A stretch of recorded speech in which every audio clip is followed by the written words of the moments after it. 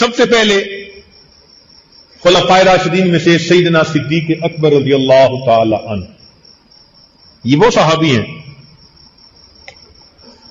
جن کے بارے میں نبی علیہ السلام نے فرمایا لو كنت متخذا من امتی خلیلا لاتخذت ابا بکر خلیلا، اگر اپنی امت میں سے میں کسی کو اپنا خلیل بناتا تو میں ابو بکر کو اپنا خلیل بناتا۔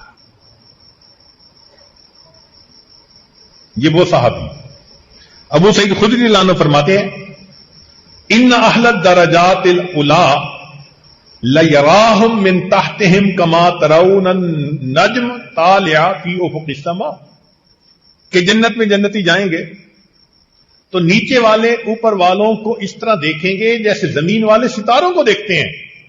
وَإِنَّ أَبَا بَكْرَ وَعُمَرْ مِنْهُمْ وَأَنْعَمَا، ابو بکر اور عمر ان میں سے ان سے بھی اونچے ہیں۔ ان کو علماء نے ہم خانہ رسول کہا۔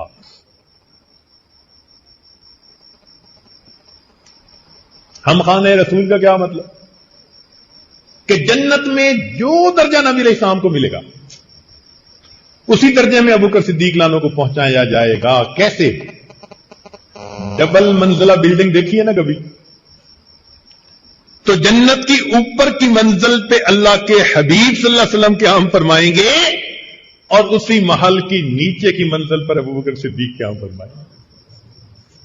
نبی علیہ السلام نے فرمایا میرے بدن مبارک کو بنایا گیا، مٹی بچ گئی تھی، اس بٹی ہوئی مٹی سے اللہ نے ابو بکر کے جسم کو بنا دیا۔ ایک مٹی تھی، دیکھو اللہ نے ایک جگہ پہنچا دیا نا۔ پھر جو مٹی بچی تو عمر کا جسم بنا دیا گیا، مٹی اکٹھی ہو گئی۔ نبی علیہ السلام نے فرمایا میں نے سب کے احسانات کا بدلہ دے دیا، میں نے سب کے احسانات کا بدلہ دے دیا، ابو بکر تیرے احسان کا بدلہ قیامت کے دن اللہ دے گا۔ نبی علیہ الصلوۃ والسلام پر اتنے احسانات، ایسے صحابی اللہ اکبر کبیرہ۔ نبی علیہ الصلوۃ والسلام نے جب ارشاد فرمایا تبوک کے وقت میں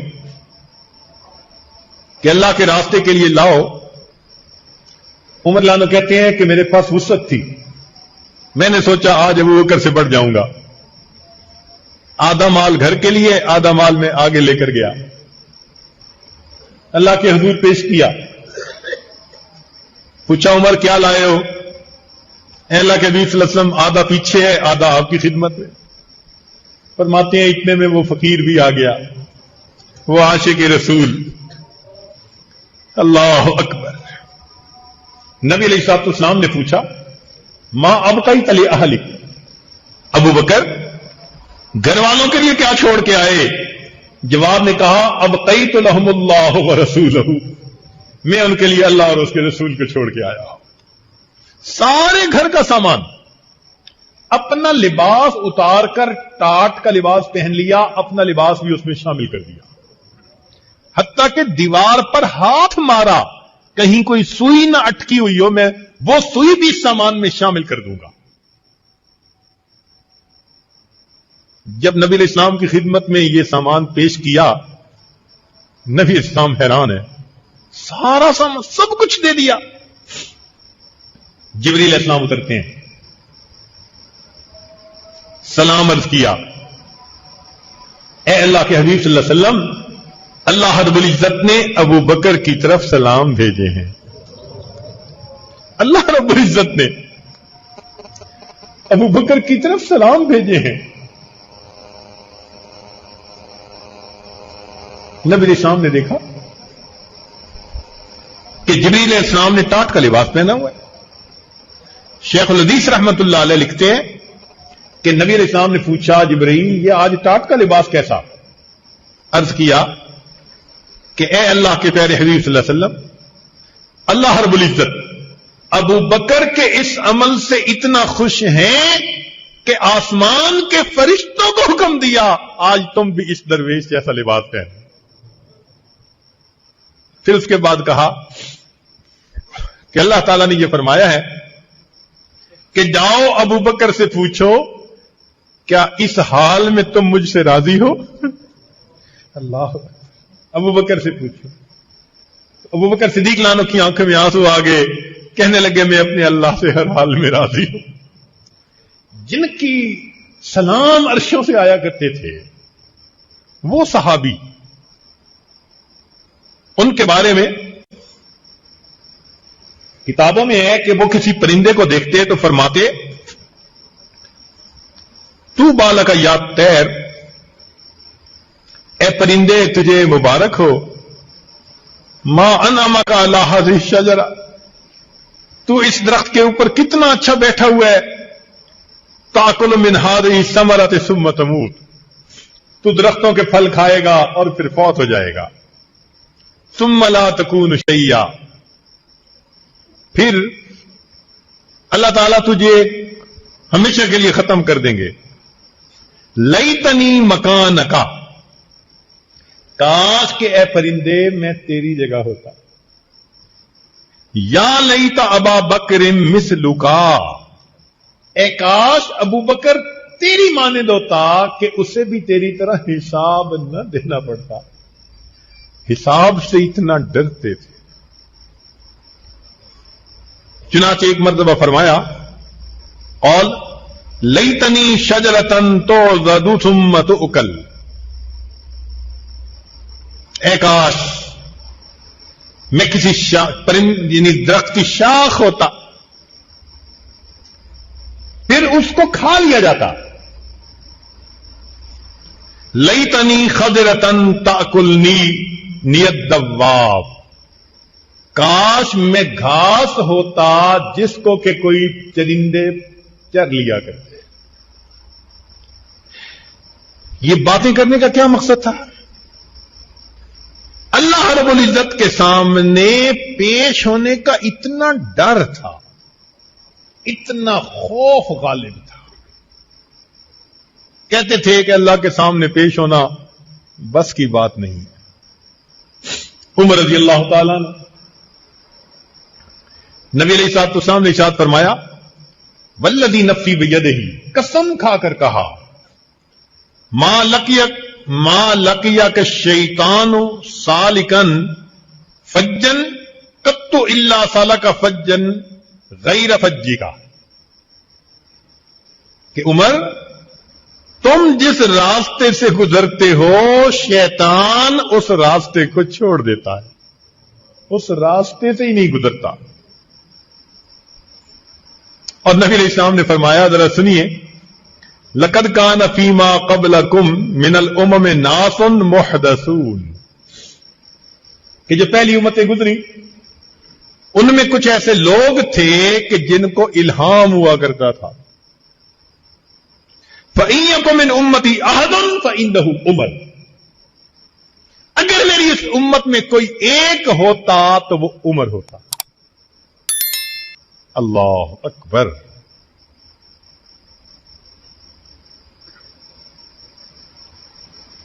الذی کان رأیہ موافقا للوحی والکتاب، کتنی مرتبہ ان کی رائے قرآن مجید کے حکم کے بالکل مطابق نکلی.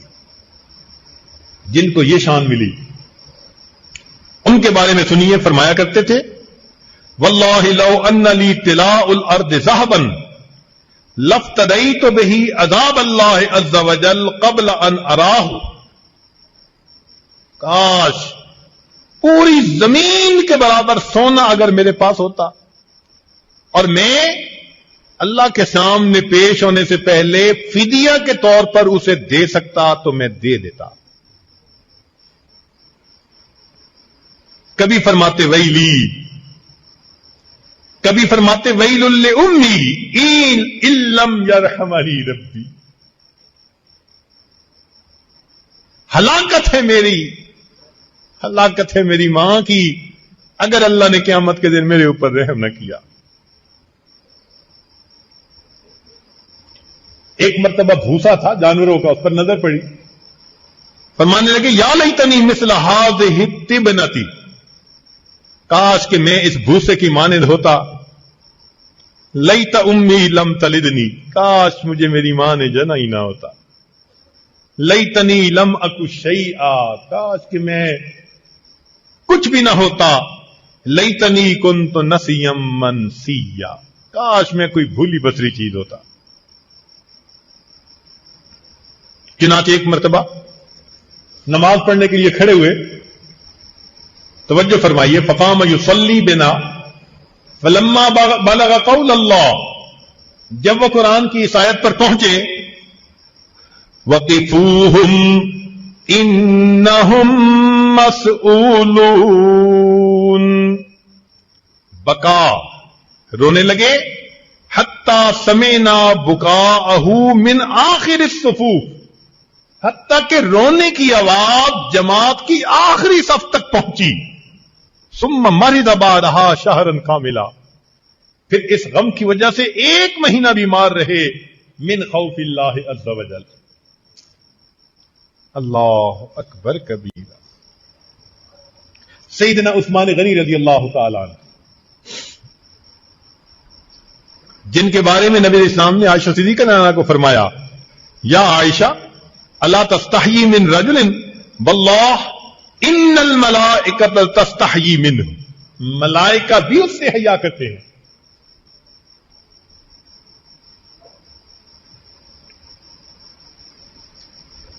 کیا میں ایسے بندے سے حیا نہ کروں کہ جس بندے سے ملائکہ بھی حیا کرتے ہیں؟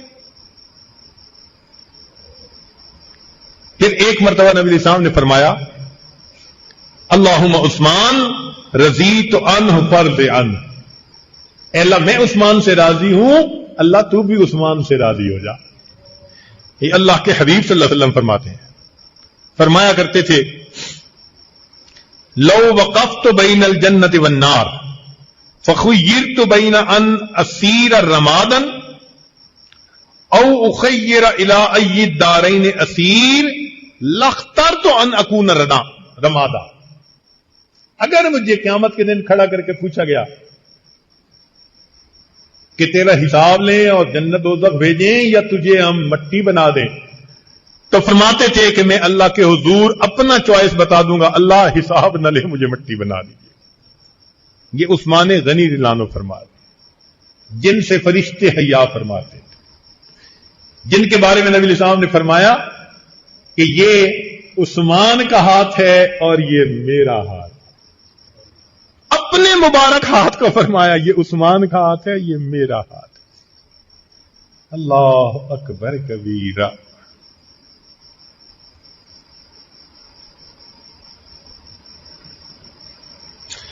سیدنا ابو درداء رضی اللہ تعالیٰ عنہ دمشق کے قاضی تھے اور سید القراء تھے۔ ان کو سلمان فارسی رضی اللہ عنہ نے نصیحت کی دوستوں نے کے ناطے کہ بھائی ذرا اپنا خیال رکھا کرو جسم کا، تو نبی علیہ السلام نے تصدیق فرمائی، یا ابا الدرداء ان لجسدک علیک حقا مثل ما قال لک السلمان، جیسے سلمان فارسی نے تمہیں کہا ہے نا، تو تمہارے جسم کے بھی تمہارے اوپر حق ہے۔ فرمایا کرتے تھے، لولا ثلاث ما احببت البقاء، تین چیزیں نہ ہوتی نا تو مجھے زندگی میں کوئی دلچسپی نہیں تھی۔ ساعت الظمأ حواجری، گرمیوں میں دوپہر کے وقت روزے کی وجہ سے پیاسا رہنا، والسجود فی اللیل، رات کو لمبا سجدہ کرنا، ومجالسۃ اقوام ینتقون جید الکلام کما ینتقی اطایب الثمر، اور اللہ والوں کی، نیک لوگوں کی مجالس میں جانا، جیسے تم اچھے اچھے پھلوں کو چن لیتے ہو نا، تو ایسے لوگ باتوں کو چن لیا کرتے ہیں۔